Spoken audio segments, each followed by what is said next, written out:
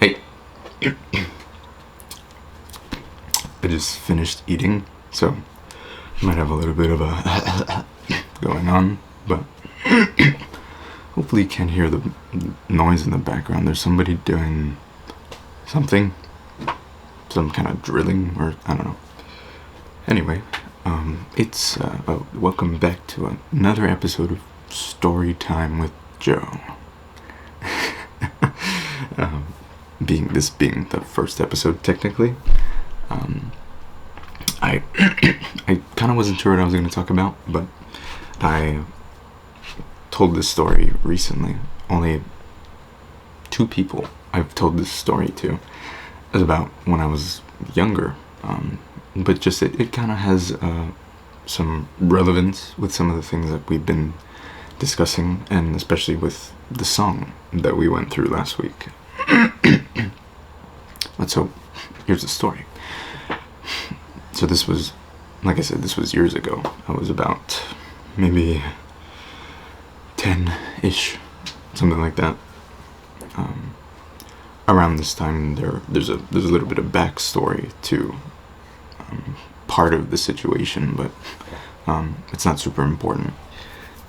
Basically, I never liked going to sleep. Partly it had to do with the whole, the normal, like, kids are afraid of the dark, afraid of the monsters, but other things too contributed to that. But anyway, so when I was younger, my siblings and I, or my family and I, we'd always sit down and eat dinner around 6:30 when Wheel of Fortune would come on TV, and we'd all watch while we ate dinner and play along, and then we'd like sort of watch TV sometimes until it was time to go to bed, which was around 9:30-ish at that point. And so me, at the time, of course, I always dreaded the time coming up to 9:30 because I didn't want to go to sleep. But it wasn't the, like, oh, I just don't want to go to sleep because I want to stay up and play games or watch TV or whatever. It was because I hated going to sleep. But of course 9:30 comes, my parents say the old, okay guys, time for bed, and so we go. And my sister and I were in the same room at this point in time. We slept on bunk beds. I was on the bottom, she was on the top. And so we go to bed, and it always took a while for me to fall asleep. Anyway, it still does, but so I'm just lying there on my bed, kind of staring up at the top bunk. And from where I am in my room, you can see the living room and like where the light comes through into the hallway. And so I always looked out in the living room for like as a sort of comfort, because I would like hear the noise in the living room or see the light, and it's like I know my parents are there. And so it was just sort of comforting for me. But then some nights I'm having so much trouble going to sleep, I don't end up falling asleep until after my parents actually go to bed, however long that took. So this particular night, that was the case, and I see them, I can hear everything sort of shutting down, and the light in the living room goes off. They go in their room, and so I'm just sitting there now, and the light's gone. I'm still staring towards the living room, looking for the light that is no longer there. And so I'm just kind of by myself at this point, and eventually I do fall asleep, just from lying there and being tired enough. And I wake up in the morning and I can see the sunlight coming through the living room into the hallway. And I'm looking out and things just feel different that morning. And normally at that time I was kind of one of the first people up, because of what we were involved in at that time. I always woke up first. And so I went outside into the living room and I sat on the couch, just sitting there, looking around. And for whatever reason, I felt like I wanted to see where my parents were. So I stand up, I walk toward their room, I peek inside, and I don't see them. And I get a little bit anxious at this point. I'm thinking, okay, where'd they go? What happened? And so I, is it just them? Maybe they went to the store or something. And so I run back into my sister's room. And I climb up onto the bunk bed. I'm looking. And she's not there either. And I jump down. I go back to the living room. I sit down. And I think to myself, the rapture happened. And I've been left. And this is my fate now. I'm gonna have to go through the great tribulation. And I'm just kind of sort of, like I said, just accepting my fate. And kind of sad, just super down. And for whatever reason, I just walked back into my room, lied back down, and looked back in the living room towards the light again, just for some kind of a comfort. And I opened my eyes again at one point. And it's like, oh, I guess I fell asleep again. But the sun was in the same spot. You could see the light coming out of the living room. So I get up and I go outside. I sit on the couch. And things feel different. So I go to my parents' room and I look inside and I can see them. I know that they're there. And so I'm like, yeah, nice. So I run back into my sister's room, climb up onto the bunk bed I'm looking for, and I can see that she's there too. I'm thinking, nice. So I jump off the bed, go back in the living room, I sit down on the couch.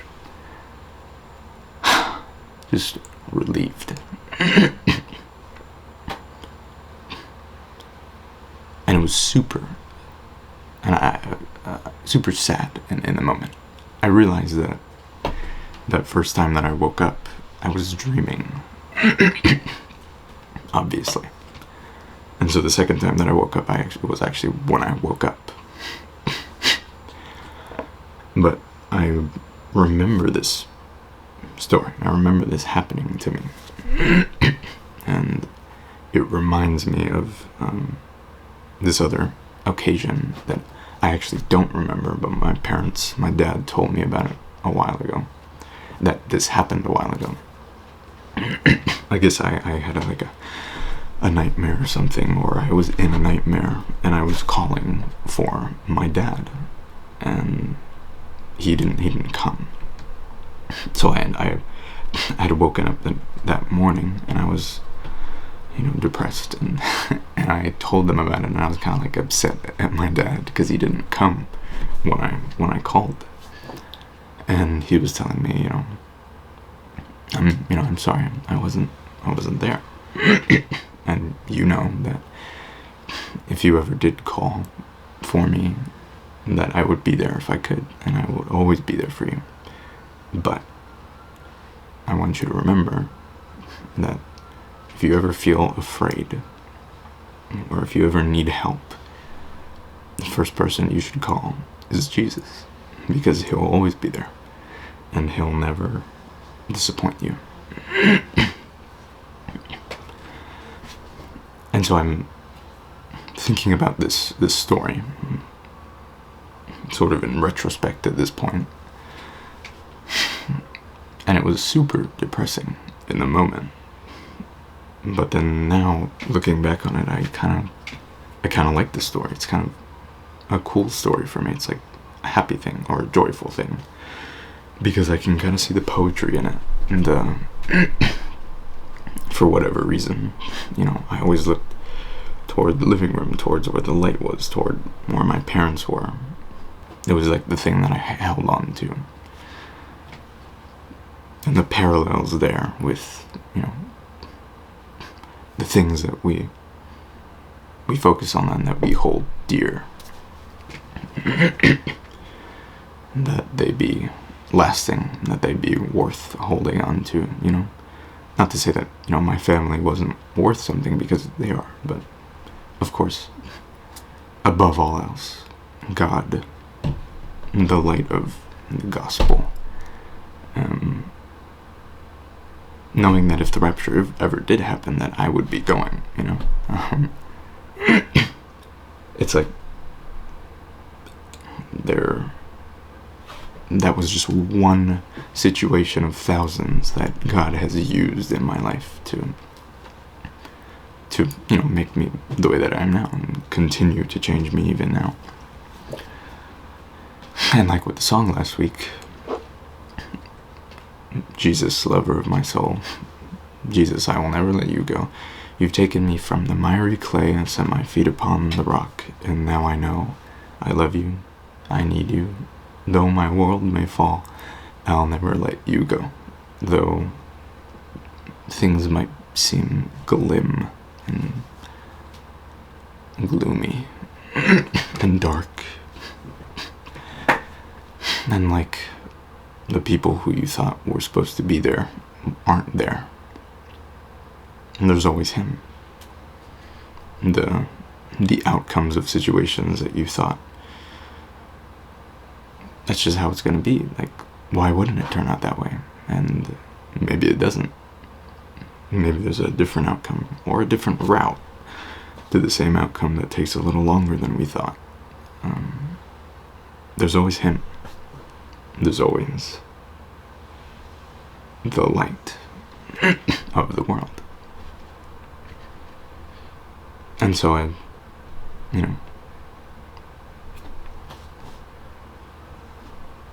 guess that's it. It's just,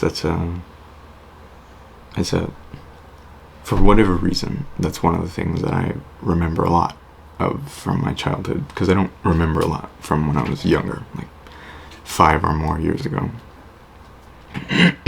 But I do remember that story, that day.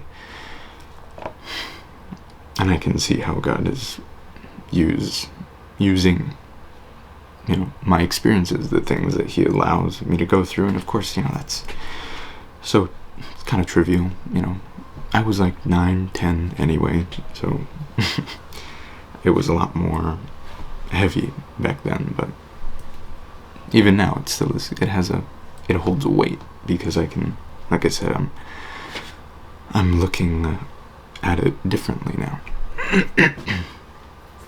And I've no longer, I've lost that fear of going to sleep, and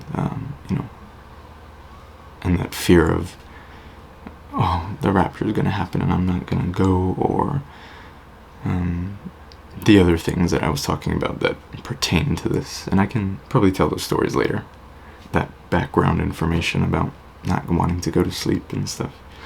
But yeah, I just felt like this story was sort of pertinent in some way.